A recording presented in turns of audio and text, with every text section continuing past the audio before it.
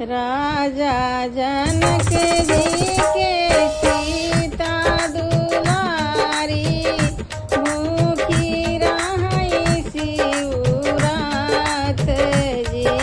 राजा जनक जी के सीता दुलारी, भूखी रही शिवरात। निहुरी निहुरी सीता बाबा पूजे, शिव बाबा हंसही ठठाय। जमन मगन तूहू मगो मोरी सीता, उहे मगन हम देव। जमन मगन तू मगो मोरी सीता,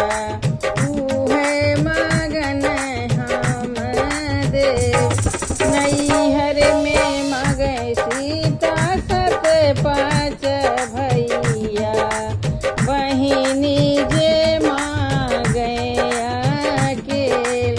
ससुरे माँ मगै सीता सत पाँच देवरा, ननदी जे मांगे अकेल। रानी कौशल्या ऐसी ससुर जे राजा दशरथ होय।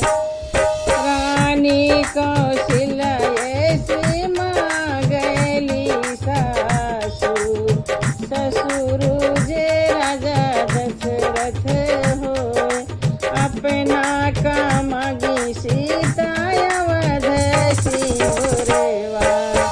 अमर रहे भगवान। अपना का मांगी सीता अमर सोहजेवा, बनल रहे यही बात जी।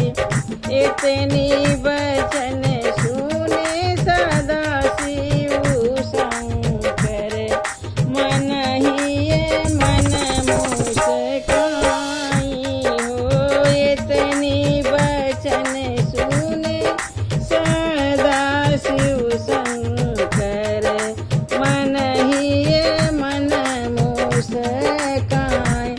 हमें तू जाने सीता तू हो बाउरैया, लेकिन तू तो चतुरी सयान। हम तू जाने सीता तू तो